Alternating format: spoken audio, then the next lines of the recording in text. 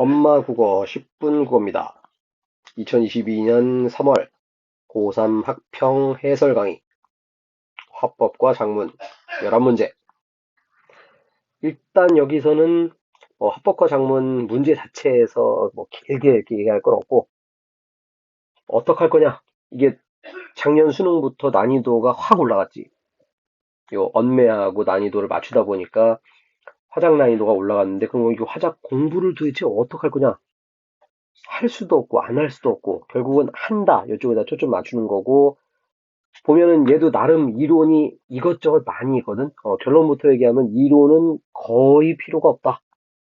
그냥 EBS 화작책 한 번 읽으면서 이런 발표에선 이런 걸 해야 되겠군, 협상에선 이런 걸 해야 되겠군, 간단하게 그냥 읽고 지나가면 되는 거지. 외우거나 이렇게 체화시키기 위해서 노력할 필요는 없어요. 여기는 뭐가 중요하냐면 몸에 맞추는 거야. 일주일에 3회. 수능까지 지금 3월 마지막 주, 이제 4월이라고 한다면 한 달에 무려 12번 정도를 풀게 되는 거지. 한 번 풀 때 약 12분 정도, 채점까지 한 15분, 길어야 20분이니까. 그 정도를 훈련을 하면은 실제 수능날 12분 왔다 갔다 시간에 담아줄 수 있다. 그럼 해야지. 그지? 11문제 이거 만만하지 않습니다. 이게 의외로 화작에서 쫄아가지고 여기서 실제 수능날 시간을 많이 잡아먹거나 여기서 한두 개 틀리면 데미지가 커. 그러니까 한 일주 3회 정도 11문제니까 12분 내외로 연습을 하자. 자, 되도록이면 모든 국어 영역 뭐라 써 있어? 다음 글 읽고 물음에 답하시오라고 써 있잖아. 자, 되도록이면 지문을 다 읽고 그럼 선생님 가운데 거 굉장히 글이 긴데 어떡합니까? 걔도 훈련을 하면 한 번 읽고 내용 머릿속에 다 들어요. 학생 기껏해야 3명 나오거든. 많으면 4명 나오긴 하는데 걔네들 다 특징이 있어. 학생 1번이 보통 이제 사회자 역할하고 2번, 3번이 서로 반대 얘기하고 이러니까 걔들도 패턴이 정해져 있어. 그래서 그거 내용을 일주 3회 정도를 풀면 얘는 굳이 잘라가지고 얘를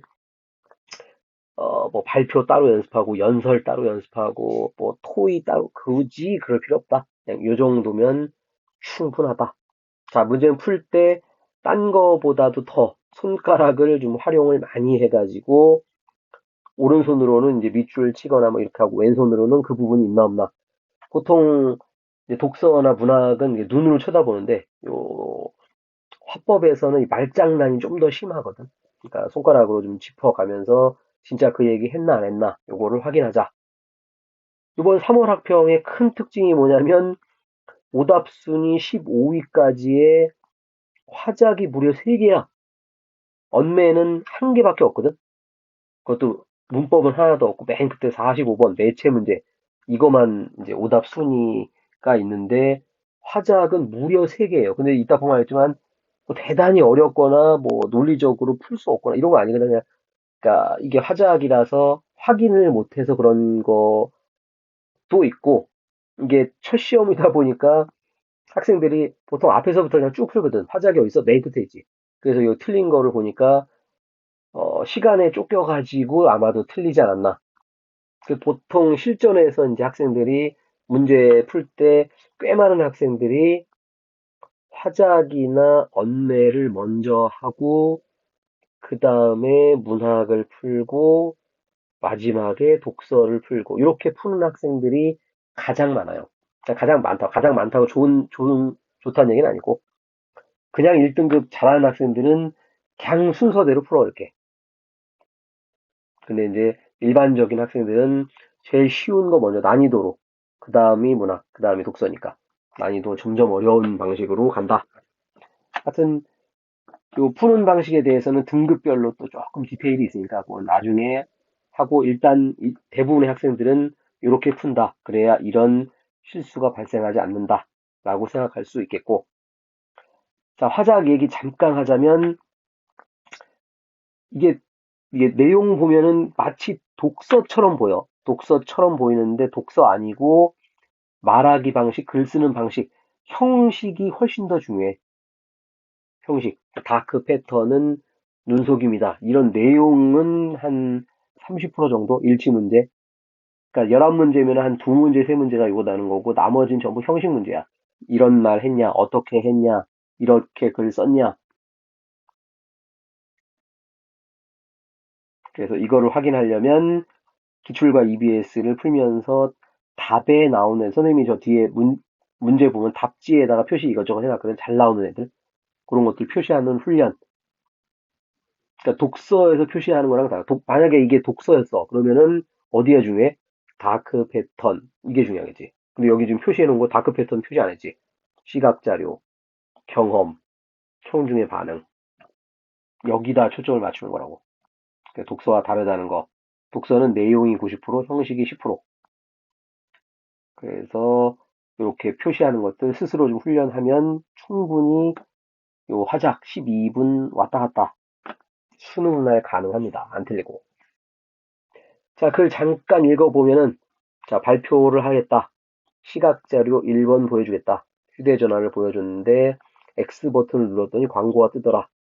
경험, 뒤에 답지에 들어가는데, 대단히 답지에서 좋아하는 놈이지. 화작에서 대단히 좋아하는. 경험을 했냐, 안 했냐. 청중이 반응했냐, 안 했냐. 자, 다크 패턴은 눈속임 설계. 이렇게 영어, 우리말. 그 다음에 분류를 했지. 그 다음에 시각자료 2번을 보여줬고, 해지 버튼을 눌렀더니, 너 이거 포기할 거야? 그러면 강요를 하는 거지. 포기하지 말라고. 자, 그런 내용들 전부 다 홈페이지에 있다. 홈페이지를 누리집이라고 하는 거지. 자, 그럼 피해는 어느 정도냐? 97%. 여기 지금 뒤에 문제는 안 나왔는데, 이런 수치 정보 또는 통계 정보도 대단히 화작에서 잘 나오는 답지들. 나오면 그냥, 그러니까 이 퍼센트가 몇 프로다 이거 기억하는 게 아니라, 이게 있었다 없었다 얘를 기억해야 되는 거야. 문제 합시다. 위 발표에 대한 설명으로 가장 적절해서 아까도 얘기했지만 기출이나 EBS에서 이렇게 이런 애들을 화작에선 좋아하는군. 순서가 있었나 없었지. 추가 설명 없었지. 역시 자신의 경험을 활용해서 다크에 대해서 설명하겠다. 다양한 사례도 없었고 잘못된 이해 바로잡는 것도 없었고 질문하면서 마무리. 여러분 이제 다 알겠죠? 뭐 이런 식으로 질문하면서 마무리도 없다. 그냥 있다 없다. 화작 답지 자체 보면은 엄청나게 간단해.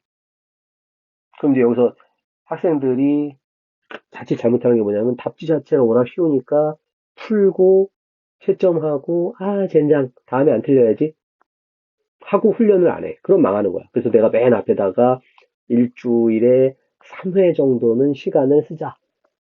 한 15분, 15분, 15분 이렇게. 그게 여러분을 1등급 100점으로 올려줍니다. 자, 다음 문제 무려 오답률 11위. 답지 보면 알겠지만 역시 오답률 11위까지 갈 문제가 아니거든. 그냥 발표 전략이 없는 것은 해가지고 아까 자료의 출처, 누리집에 가면 있다 이런 거 있었지. 그런데 피해 예방하는 방법을 도식화, 그래프로 뭐 그려가지고 이런 거 없었지. 그냥 없어. 있다 없다. 대단히 간단한 문제. 자, 37번 얘 무려 오답률 8인데 이런 애들은 보기를 다 읽는 것보다는 학생 1번 보고 학생 1번, 학생 2번 보고 학생 2번, 학생 3번 보고 학생 3번 이런 식으로 하나하나 확인하는 게 더 빨라요. 손가락으로 어떻게? 손가락으로 짚어가면서. 봤더니 사실과 의견으로 구분하는 게 아예 그냥 없지. 끝. 대단히 간단한 문제. 자, 그 다음 가운데 건데, 자, 아까도 잠깐 얘기했지만, 요 가운데, 가나, 엄청 긴 글이지만 1등급을 가려면 어떻게 한다? 한 번에 읽는 거를 훈련한다. 되도록이면. 그 밑에 등급들은 가 읽고 풀고, 나 읽고 풀고. 그러니까 쉬운 세트 같은 경우는 여기 두 문제, 여기 두 문제, 종합 한 문제, 또 종합 한 문제 또는 두 문제 이렇게 나눠놔. 그런데 작년 수능도 그렇고 좀 수준 있는 시험에서 어떻게 하냐면은 각자 풀 수 있는 문제가 한 문제씩밖에 안 나와. 나머지 네 문제, 세 문제는 어떻게든 답지가 또는 보기가 섞여. 결국 수능을 위해서는 이렇게 훈련을 한다. 평소에 쉬운 시험에서 뭐 따로따로 두 개 풀고 나머지 하나 풀었더니 되는데 그건 연습 게임이고 실제 수능날 난이도가 올라가 버리면 따로 풀 수 있는 문제는 두 개밖에 없고 나머지 세 문제 또는 네 문제를 풀 수 없는 아주 불행한 사태가 오니까 우리는 대한민국은 기회를 많이 주는 나라가 아니야. 단 한 번의 기회밖에 안 줘. 그래서 아예 훈련할 때 화작하는 학생들은 이렇게 훈련을 한다. 충분히 여러분들 암기 가능합니다. 어려운 거 아니니까. 자, 내용 뭐 간단하게 볼 거고. 자, 다목적시를 어떻게 할 거냐? 그래서 학생 휴게실로 쓸 거냐, 아니면 도서관으로 쓸 거냐? 아직 결론을 못 내렸다. 그래서 문제가 두 가지 있었는데, 자기 고집 부리는 문제, 태도의 문제. 그래서 의견을 한번 듣고 싶다. 자, 내용을 요약, 이런 것도 되게 형식이니까 중요하지. 요약하면은 학생 휴게실로 바꿔야 한다는 요약, 공간으로 바꾸자는 요약. 자, 각자가 근거도 제시했다. 근데 절충이 없더라. 그래서 학생 전체를 위해서 고민을 해야 한다. 그럼 절충할 방법은 뭐냐? 나누는 게 어떠냐? 그래서 리모델링 할 때 내 의견을 참고했으면 좋겠다. 자, 지난 논의에서는 노력이 부족했다. 배려하면서 얘기 한번 해보자. 자, 실제 이제 얘기를 하네. 학생 1, 아까도 뭐라고 대부분의 학생 1번이 그냥 대화의 상황인데도 사회자 역할을 많이 해. 그래서 이야기를 이끌기, 그 다음에 뭐 요약하기, 또는 질문하기, 이거를 학생 1번이 보통 많이 하더라. 대부분의 화작 내용을 보면은. 자, 얘도 마찬가지 공감하면서 읽었는데 너희들은 어때? 학생 2번, 내 생각만 내세웠어. 배려했으면 좋겠어. 학생 3, 휴게실로 바꾸자는 거에 거부감이 들었어. 근데 이런 학생들 입장도 고려하는 게 좋겠어. 학생 1, 자, 그러면은 절충 방안을 협의해 볼까? 얘가 그냥 다 이끌고 나가지. 자, 글에 나온 것처럼 나누는 건 어떨까? 학생 3, 공간이 좁을 것 같아.